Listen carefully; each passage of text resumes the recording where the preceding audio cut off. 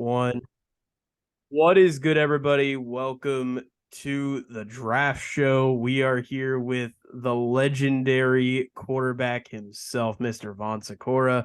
My name is Dylan Spaulding. We're back, baby. Vaughn, it's been a while, brother. We haven't talked since, in terms of doing podcasts, we haven't done stuff since the USF season ended. It's draft season, baby. There's a lot of stuff to get talked about. Somebody's going to get taken number one today, but who is it going to be? It's going to be Bryce Young. It's going to be CJ Stroud. There's a lot of options available. So happy to be with you and talk some draft football today. This should be a fun night of these guys getting to realize their dream and getting to go pro. So this is gonna be a fun night of draft action and coverage. Yeah, super excited, man. And one of the weirder drafts we've had in a while here. Not a lot of tackles going high. Obviously, there will be some QBs going high, which is Yep. a regular thing, but definitely more of a defensive center draft away from those quarterbacks. But just a really weird draft overall. A lot of skill positions possibly going late instead of higher, as we've seen in the past couple of years. So excited to dive in and talk about it with you. Yeah, it should be a fun draft tonight. There's a lot of interesting pieces. This is definitely a defensive heavy draft. I don't know if you can agree with that as well. I know we didn't do too much research into it. Probably one of our few years where even for me, like I haven't done a ton of research in this year's draft, but I feel like this is a defensive heavy draft. If you look at the board and a lot of the guys that I end up having coming off the board, there's a lot of corners, a lot of DBs, a lot of edge rushers. Like this is going to be a defensive heavy draft. There'll be a lot of guys who will be potentially vying for a defensive player of the year award this coming years in their career. So it's gonna be interesting. But I think let's begin by taking a look at the actual board itself for the top 10 in terms of the picks here tonight. We got the Panthers, who will be on the clock, going number 1, followed by Houston, Arizona, Indy, Seattle, Detroit, Vegas, Atlanta, Chicago, and then the Eagles, who I believe made a trade. I can't remember what trade it was, but I believe they had made a trade for that 10th pick because obviously they were in the The Super Bowl last Saints year. It trade, right? was a Saints trade. You're right. So that will be the pick for them. They'll be picking 10th.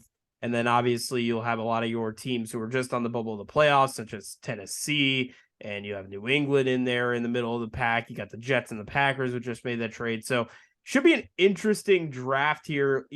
Vaughn, I guess we'll kick things off by beginning here, looking at the board right now and looking at where the draft sits with everybody picking where they're at. Do you see some teams potentially moving up, especially in this draft? You got some teams kind of in the middle of the pack that are interesting that might look to maybe add some key pieces to a maybe good team that they already have. And, you got some teams even in the top 10 who may want to decide to maybe move down potentially or, try to get some more picks who have a lot of talent. So where do you see some of these teams moving? Do you have any like kind of movers, if you will, in the draft that might be making some deals here tonight?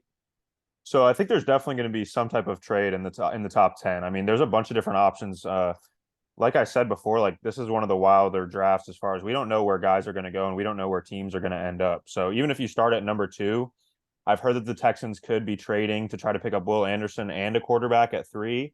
They could trade. I know that a lot of mock drafts have had the Cardinals moving out of theirs, and I have them moving as well. I don't really see a whole lot of point with how much of a dumpster fire that organization is right now for them to not try to pick up more draft capital, especially they're not picking up a QB at 3. Is there really a guy that they love at 3 that's not Will Anderson that they would consider taking at 3?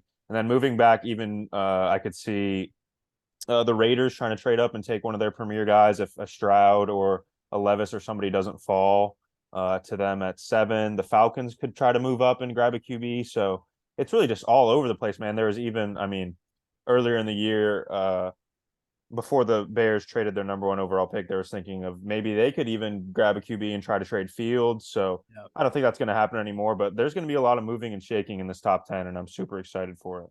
I have one trade actually being made, and we'll obviously get into that. I did make my mock draft, and I'll go through some of the trades that I had later on when we kind of make our top 5 picks, and maybe we'll even go a little bit further. Maybe we'll even go to 10 potentially if we have the time. But yeah, it's gonna be a really interesting draft, man. It's very intriguing. Really, these quarterbacks are gonna be intriguing. You got potentially 5 guys who could be drafted tonight in the top first round of the draft tonight. So I mean, you got Young, Stroud, Levis, Richardson, and then potentially Hendon Hooker, who may be in that mix as a late round pick. Potentially, you see a team maybe move back into the draft and grab a quarterback just to say, hey, we have one and such. I mean, there's some interesting teams that could go that route. I don't know.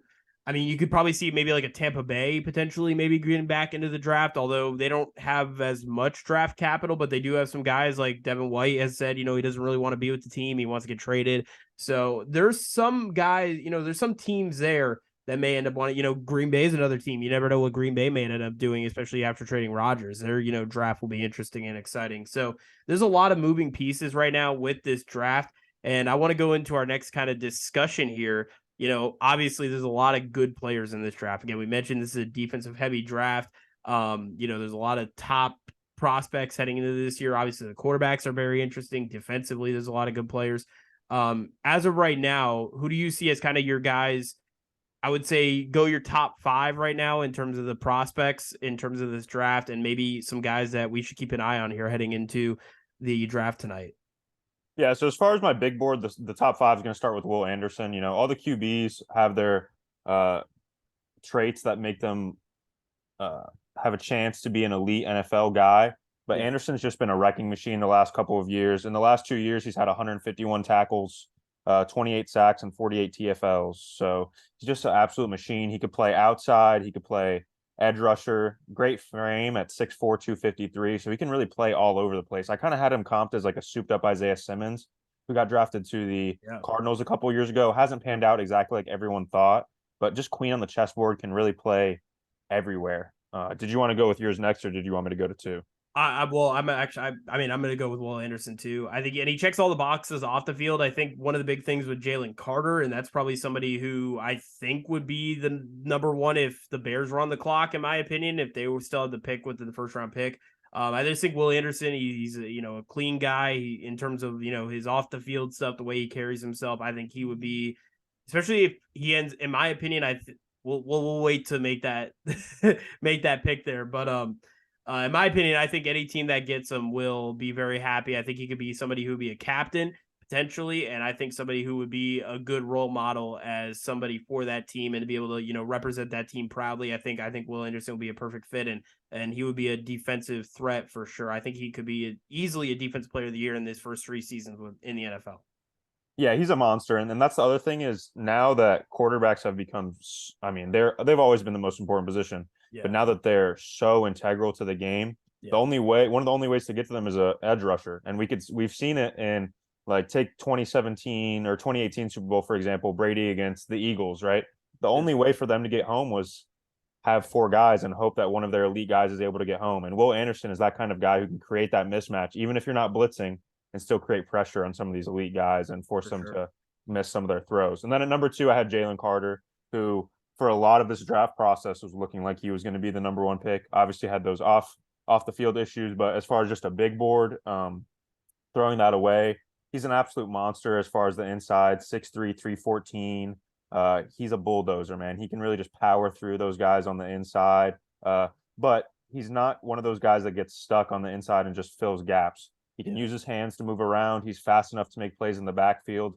He's so fast for that interior spot, and maybe a little lean, but that's the NFL now. Everyone has to be super fast and leaning more towards basketball looking bodies. So I would have him as my number 2 guy on the board.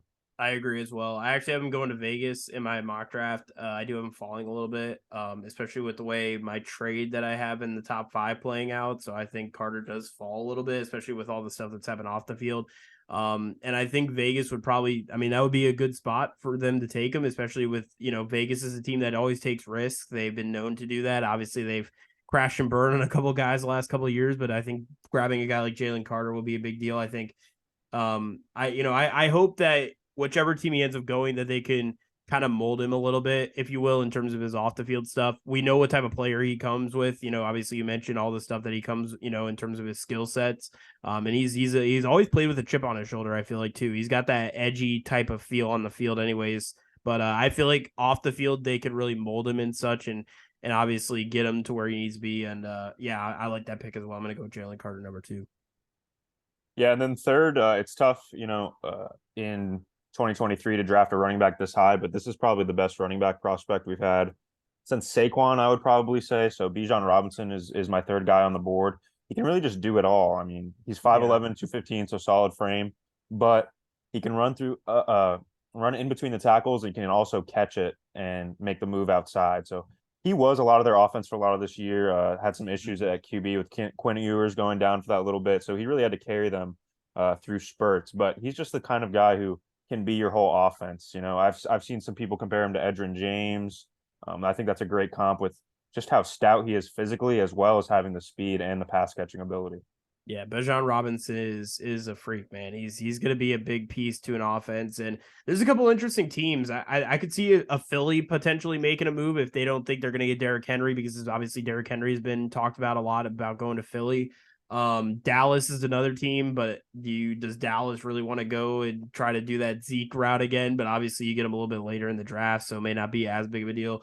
It's just tough, man. Running back's a tough position for me with that, the way the NFL is now, where guys are kind of blossoming as like late round running backs, and they are able to kind of make their name just being a late round pick or even an undrafted running back, and they kind of build their name up and such, and really take over as a back. It's just a tough position right now to draft in the first round, and that's kind of my big key here with Bijan, and that's why I didn't put him in my top 5. I have him in my top 10. I think he's a great player. I just don't know in terms of the draft process if he fits in that top 5 pick.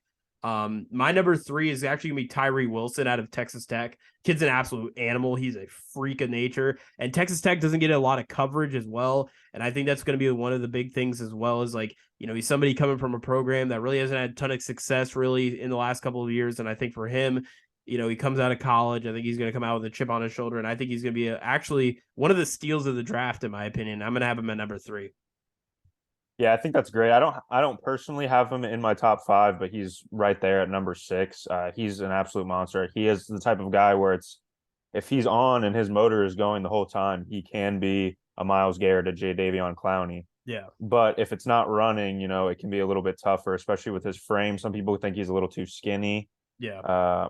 He's only 271 at 6'6", but I don't mind it. Once again, I think the NFL is moving towards that thinner, They leaner are. speed as a league, and to be able to get over and around these massive offensive tackles that are being drafted so high, you need to have that speed. And although he's a little skinnier, I think once again that's where it's trending towards. Well, So you I you love look at him it. as well. I was gonna say, you look at a guy like even Jason Pierre-Paul. I mean, he's a lot leaner of a end, and the guy's been able to make a living and do great things in the NFL. So I mean, there's guys now. You mentioned, I think the NFL is just going in a different direction in a lot of different positions. And that's in every sport, really. Every sport is going in different directions now in terms of players and such, and the way they're drafting players, and their actual physical attributes. They're not looking at that as much anymore. They're looking at their skill set and what they bring to the table. So it's interesting now the way that the league is and how things are shaping up in the draft. Yeah, absolutely. And he's still 6'6", so he's a massive human being and is going to be able to do some damage there on the edge. Yeah. And then 4th, I have Bryce Young. He's my first QB on my board. It's tough. We're going to talk about how he's small and how he's not an elite runner. But just the way, if you go and you watch his film, people have been saying it, since the beginning of this year. He's really like a point guard on the field. Yeah. The way he's able to use his eyes, his legs, and his arm to create space in himself for his receivers. Yeah. And then you pair that with his processing brain, being in Alabama, obviously you're going to get a lot of pro level coaching, like he had with Bill O'Brien there, and learn how to really read a defense. And I think he even had that even before Alabama and in high school. You could see his brain just works so fast, and that's one of the things I loved about Tua coming out. And one of the things, same school, obviously. What I love about Bryce Young is he processes everything so fast. He gets from read to read to read at an above average NFL speed in college, which is pretty unbelievable to see. And I think although he is small, the way that the league is now today with really protecting the quarterbacks, he'll have a better shot than he would have had 10, 15 years ago. But the problem is the precedent for QBs being drafted under 6 foot is still not very high, as much as we've had these guys come along like Kyler and Russell Wilson have success. So It is a little scary, but if he can stay healthy throughout his whole career, he can be top 5 guy in the league within the next 5 years. Oh, for sure. And with the size, I would say it's you kind of mentioned with Kyler. I mean, with Kyler, he's a little bit smaller, and I think he was more. I'm more concerned now. I think about Kyler with his size, just because again, we and you talked about it yesterday, just very one dimensional in his game now. It's just, that size is a killer in the NFL at quarterback. But it is also a changing game as well, and having that ability to run out of the pocket is a big deal as well. I mean, you look at guys now, Patrick Mahomes, everybody runs out of the pocket, even Josh Allen, guys like that who are more, pocket passers. A lot of those guys are running out of the pocket now because that's just how the game has evolved and developed into. So I think Bryce Young is a great pick. I'm gonna have him at 4 as well. With my pick as well. I think if he can develop and really, work into that NFL type, process you mentioned with Bill O'Brien. If he gets drafted by Carolina, you're gonna have to, you get to work with Frank Reich, who's a former quarterback himself. So got that also opportunity to work with him as the offensive coordinator there. So I think Bryce Young at 4 is also a great pick, and I'm gonna go with him as well there at 4. Yeah, he's going to be great. And then this is a little bit of surprise, but as I dove more into the film, I really have loved this guy. A lot of people have him a little bit lower, but at 5 I have Paris Johnson Jr., who is the tackle coming Yes. out of Ohio State, and he's 6'6", 313, but you wouldn't notice it watching him on No. film. He's so nimble. He can one of the clips I was so amazed by is uh they're playing. Oh, I forget who they're playing. They're playing a Big Ten team, and the defensive end ran a stunt where he ended up going inside, right? So Paris Johnson Jr. didn't have anyone to block. He sees that the stunt is getting pulled inside. He ends up helping out. He's his left tackle. He ends up going all the way over and helping out his right guard on the stunt because he's just Yep. that fast. Yeah. And that's something you have to be able to do when we're talking about guys like Tyree Wilson and these elite edge defenders. Is you need to be nimble and fast. And if you see his feet, he does not look like somebody who's 6'6", 313. He looks like somebody who's, I don't know, 6 foot 215. Like he has elite skill position level feet. Only problem is he is like he's probably only an above average run blocker right now. Yeah. But with the teams that are going to be picking up super high, who have these young QBs or just picked a QB within the last couple of years, you need that elite pass pro, which he Yep. provided for CJ Stroud this whole year. I think he's only given up 1 sack in the last 2 years and is just an absolutely elite prospect who I think should be considered, who is going to be considered at the number 3 pick, but should be considered more of a top 5 pick than he is right now. Yeah, tackle man is a really good. It's a really good class this year. There's like at least 3 or 4 guys who are going to probably be drafted. Actually, there's like 5 guys I have here on my board who I have getting taken off the board in the first round. It's a very good OT offensive tackle draft in terms of that position.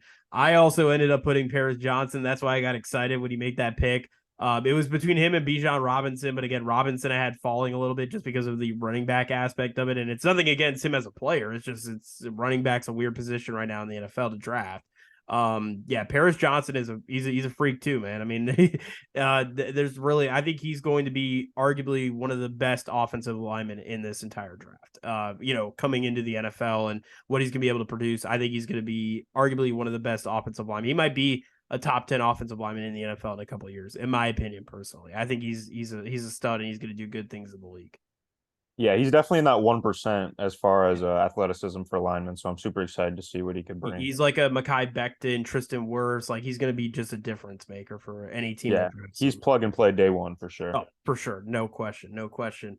In terms of a player or two to watch, do you have somebody that you are interested in? Maybe that might be on, kind of outside that top 10.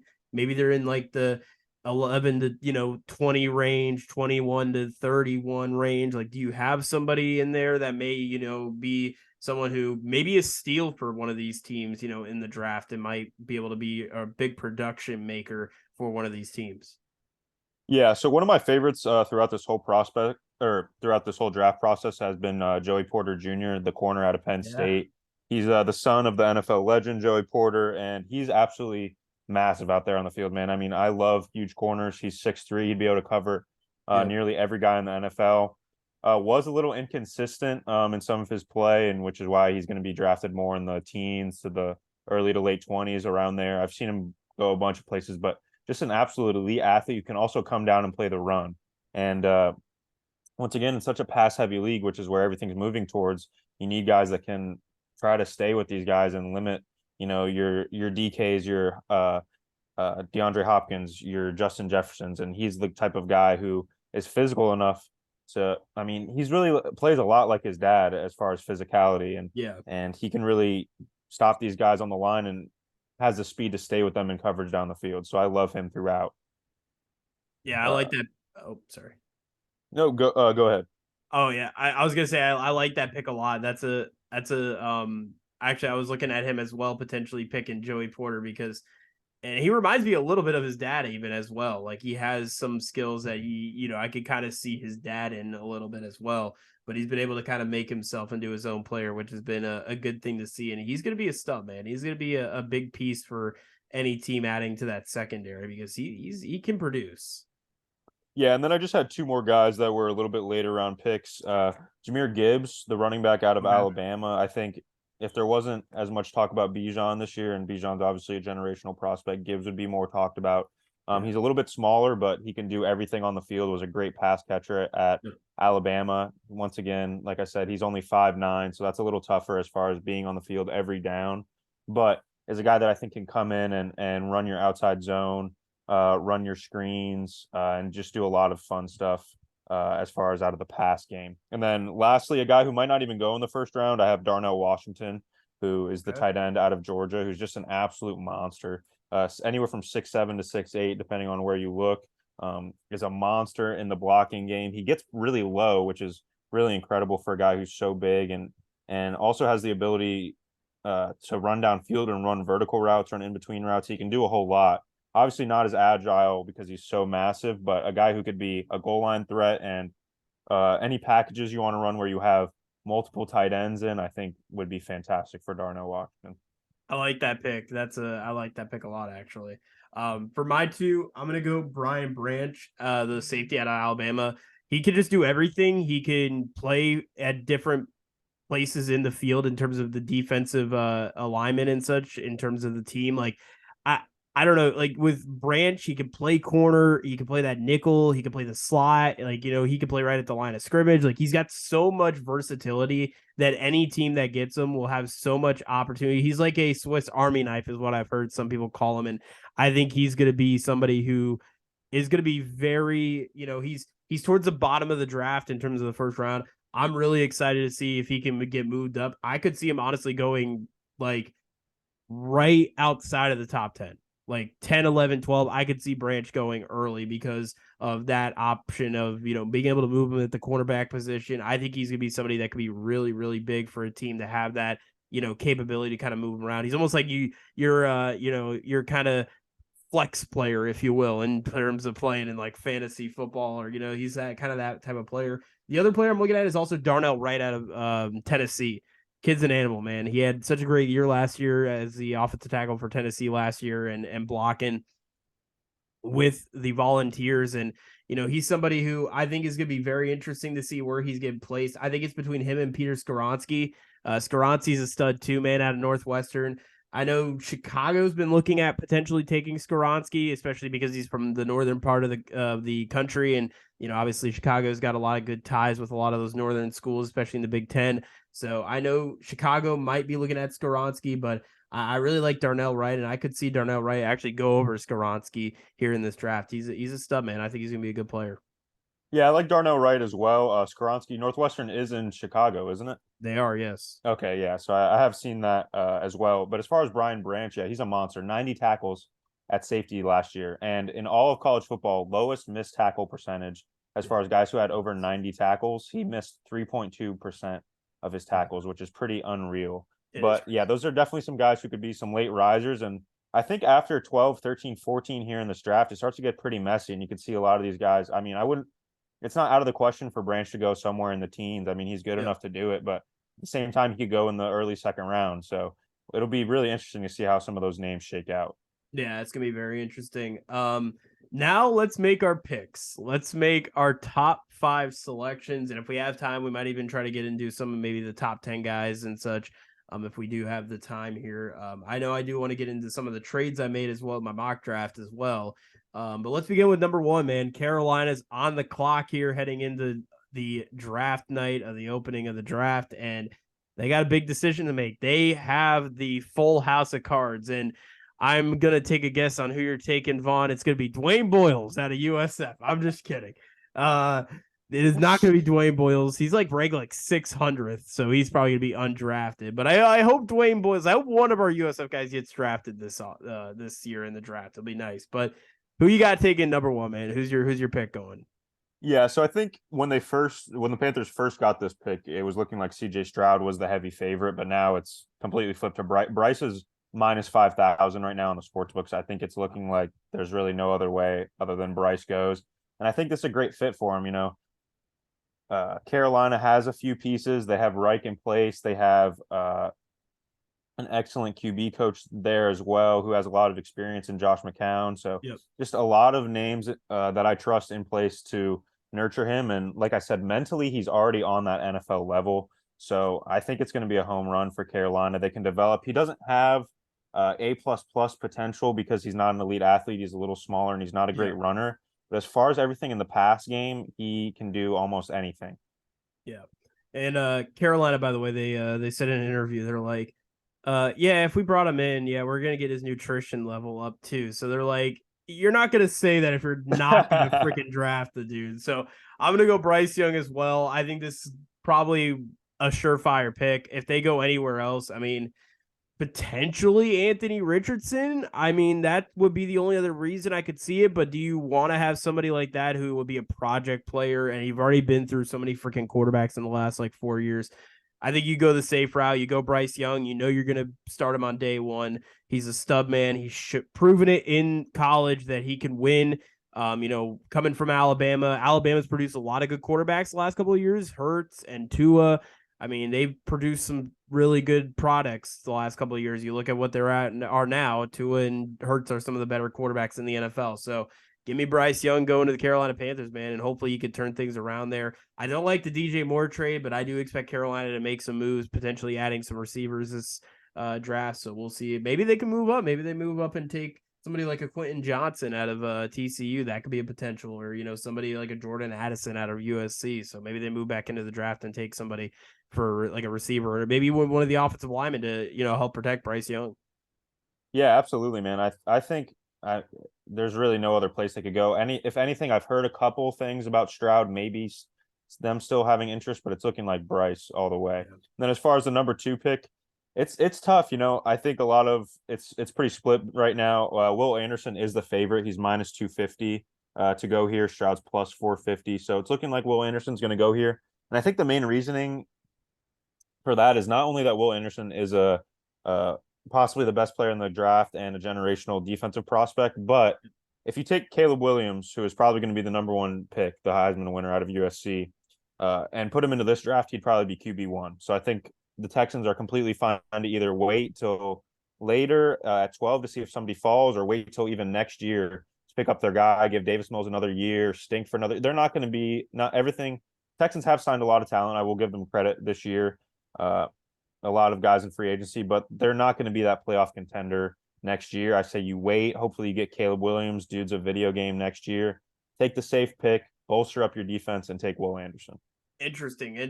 I'm going to go with CJ Stroud here with this pick.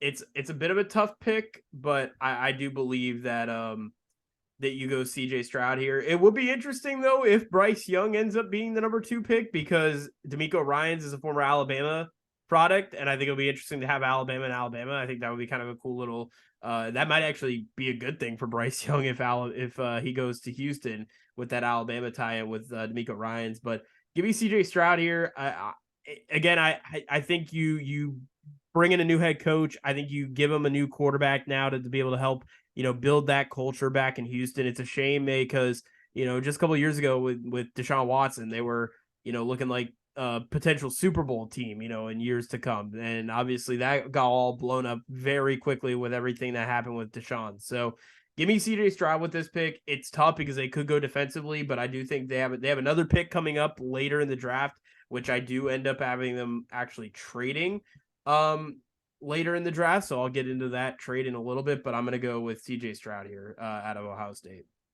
Yeah, I think it's got to be one of those 2 guys, but I actually have Stroud going here next. I have the Cardinals trading out for a second and a third and trading with the Raiders. We're going to be moving up here to take CJ Stroud.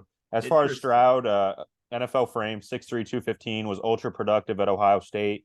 Not quite an elite arm, but very, very, very good. Can make about 90% of your NFL throws. Yeah. Unfortunately, there's just a little bit of an Ohio State QB stigma right now. With they haven't had a guy come into the league and excel. Obviously, Fields is yet to be seen how that'll turn out. But before him, it's been tough, and uh, as well as having all those elite receivers and an elite O line, he had it pretty much one of the best, if not the best, not only system but personnel around him out of these top 5 guys in the Yeah. draft. So everything was pretty laid out for him, but he still ascended even more with that group and put some really awesome things on tape. And I think the Raiders would be super happy to pick up Stroud there. I like that trade. It's interesting. I like it. I like it. I'm gonna have Arizona stay with their third selection. I haven't taken Will Anderson here with this pick. As I mentioned, I think any team that gets him would be very happy to have him, especially because of the way he carries himself off the field and then also the way he plays on the field as well. I think for somebody like Arizona, I could see them go Jalen Carter here just because of the skill talent, but with the way that organization has been and the dumpster fire that's happened there in Arizona, I don't think you go that route, especially with all the baggage you bring with Jalen Carter for weeks. It will just be about, okay, Jalen Carter, what's going on? Like what's happening off it's just going to be so much bad negativity that they don't need to add on. They basically don't need to fuel the fire even more. So I'm going to go with Will Anderson here with this pick. I think it's a safe pick, and I think he would be somebody who you could really build that defense around in Arizona because Arizona's got some struggles. They need to, kind of regroup, if you will, especially after such a tough year. And they still got talent on their team. There's still talent. It's just they just got to regroup and kind of reload, if you will, and try to get everybody back on the same page. Yeah, I like that there. I think Anderson, if there's no way he slips out of that top 3. Oh no, I mean, sure. I mean, unless a team trades up and decides to take Levis or something at 3, Yeah, and yeah. either way. But I had Levis going next to the Colts. All Mhm. reports are that everyone in that organization loves Levis, loves the kind of leader that he was. Didn't have exactly the best situation at Kentucky. I'm also not the biggest Levis fan. Was pretty inconsistent with his decision making. Yep. Checking my notes here. Yeah. Uh, 23 picks over the last 2 years, which is tough for a guy who you want to be taking in the top 5, but best arm in the class, can make every single throw. Saw it at his pro day. Absolute rocket launcher on this dude's arm. Another thing, though, he did get beat out by Sean Clifford at Penn State and ended up transferring. So not a great look there either. I think he's a little bit too inconsistent to be an elite guy in the NFL, but he's an athlete and he has a rocket arm, so somebody's going to give him a shot, and I think the Colts do it here at 4. Yeah, and even though he's inconsistent, I think you get out of Levis, and I think that's the thing you don't know what you get out of Anthony Richardson, which is kind of my struggle here with this pick because like I could see Indy go with Anthony Richardson, but they have crashed and burned on so many quarterbacks in the last couple of years, like Matt Ryan and Carson Wentz and guys who they thought were going to be their future of their team, and they just never did anything. So that's kind of my big concern with Indy is like, do they really want to go that route and take a guy like Richardson who may not turn out the way they hope for. So that's why I'm going to go with Levis here with this pick. I think that they know what they're going to get out of Levis, and I think you mentioned with the leadership skills and being able to, I think he would be a good fit for Indy, and they're usually a team that kind of goes with that safe pick. You know what I mean? I just feel like Indy's always been that organization that they try to go with that safe pick. The last couple of years they've tried a couple things, it just hasn't worked. I think they try to go safe here, and they go with Levis here with this pick. Yeah, and I don't know if I mentioned, but he is the odds-on favorite. He's plus 100 right now, so Vegas Okay. is saying there's about a 50% shot Yeah. that he is going to be drafted there at 4. And then 5th, this is tough, man. I mean, a lot of this depends on how you feel about Geno Smith. He obviously just signed that big offseason extension, but I think that they see Richardson here and they see a guy who could sit behind Geno for 1 or 2 Yep. years and become, you know, hopefully that guy that everyone sees him becoming. And I think Richardson needs that 1 or 2 years. I get scared if he gets taken here at 3 or 4 and tries to start year 1. Yeah. He is probably the best athlete to ever play the quarterback position. He's like Russell Westbrook in a football uniform, dude. Yep. He's ridiculous. And I remember when I actually attended the Elite 11 with Anthony Richardson, he was right next to me doing some of his drills, and I'm like, me and this dude are not in the same species, dude. Like, this is insane. I cannot believe I'm standing next to this man right now. He's a Yeah. tank. Even his senior year in high school when I was there with him, he was an unbelievable athlete. Sub 54% completion percentage though this year is really bad. lost to Vanderbilt and lost to Florida State in a game that he only completed 33% of his passes. So the passing's not there, the anticipation's not there, the pocket's not, movement's not there, the footwork's not there. But you draft him, and even if you start him year one, he's already an elite running threat with the amount of athleticism that he possesses. But as far as in the passing game and everything mentally, it's real tough for me. But I think Seattle thinks that they can take a shot with him here and have him sit behind Geno for a couple years and learn the ropes. Interesting, interesting. I feel like with Geno getting that big contract, I don't think Seattle goes this route. I actually have Seattle trading out of this pick. I actually wrote down the trade I made. So basically, I had Atlanta basically giving basically just giving the house for this trade pick, basically because they did make me like have to get it accepted and stuff. So I have Atlanta trading the 5th pick, their 7th pick of next year, and their 4th pick of next year for Seattle. Or excuse me, I have Seattle Seattle getting the 8th pick, 44th pick, 110th pick, 1st pick of next year, and 3rd pick of next year. It's a lot of draft picks, a lot of draft capital for this, but I have Atlanta moving up and ending up taking Mr. Anthony Richardson with this pick. I think you kind of mentioned it. I think he's somebody who needs to develop. And I think with a team like Atlanta, who has a lot of the pieces there, but I think is still a developing team, I think this would be a perfect fit. I don't know how much Atlanta really relies on Desmond Ridder right now. I don't know if he's a guy to go to right now. And I feel like somebody like Anthony Richardson could come in, obviously a Southern boy, so kind of keeping him in the area. I don't know how much scouting Atlanta's done on him, but I think he could be an interesting pick for Atlanta. And they've always thrived with running quarterbacks. You look at Michael Vick was a guy who really thrived with Atlanta. So maybe Anthony Richardson is that fit for them for this organization. So I'm going to go Anthony Richardson coming in at number 5 with the Atlanta Falcons via trade with Seattle. I actually have Seattle taking Paris Johnson with the 8th pick from Atlanta. I think that would be an interesting pick to take, especially got to keep Geno Smith healthy. So Yeah, man. I mean, I'm excited to see what Seattle does there. They could go QB. They could even go. I think if they don't go Richardson, they might go Tyree Wilson if they don't trade out. So there's a whole bunch of options there, and I'm excited to see what Seattle go does. Jalen Carter too. Jalen Carter's another option as well. So it'll be very interesting, man. It's gonna be a fun draft. Obviously, if we had more time, we'll be able to go through more of our picks. Maybe I'll even put something out where I'll have a list of our picks and stuff, or even at least my picks even on here. So we'll definitely have that in the description below. But Vaughn, what are you looking forward to, man, tonight? It'll be fun. Obviously, everybody's gonna be dressed up, clean, nice, suits and stuff. What's gonna be your thing that you're most looking forward to tonight? I'm excited just for the parity tonight, man. Like I said, like everything's going to be a little all over the place. I think there's some guys, some skill position players. I was going to say later in the draft that I'm super excited for: Jahmyr Gibbs, Zay Flowers, Jordan Addison, just to name a few that I think can go later in the first round and really help out a playoff team within these next years. And I'm also interested to see where Hooker goes. Does he go?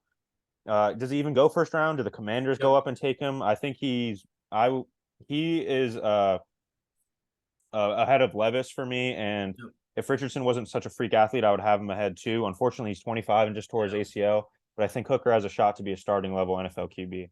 I agree. I actually have Addison going to the Green Bay Packers. I think he's going to be a good addition for a guy like Jordan Love, who really needs that offensive help. And I think that'll be a big addition. So I'm excited, man. It should be a fun draft tonight. I was hoping to go to the Bucks draft party tonight, but can't do that, unfortunately. But it should be a fun night, man. It's going to be a good night. Obviously, a lot of exciting stuff in that top 10. I feel like that top 10 is going to be, that's going to be like a story writing itself there, man. It is going to be so much fun, but I'm excited, man. I know you are.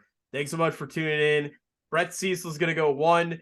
Dwayne Boyle's going to go number 2. And then I don't know who else is going to go after that, but no less, man. It's going to be a fun night, so I'm excited. But thanks for jumping on, Vaughn, and excited for draft night, man. Should be fun. Yes, sir, man. I'm excited. Good talking with you. Yes, sir. Thanks, guys. Peace out.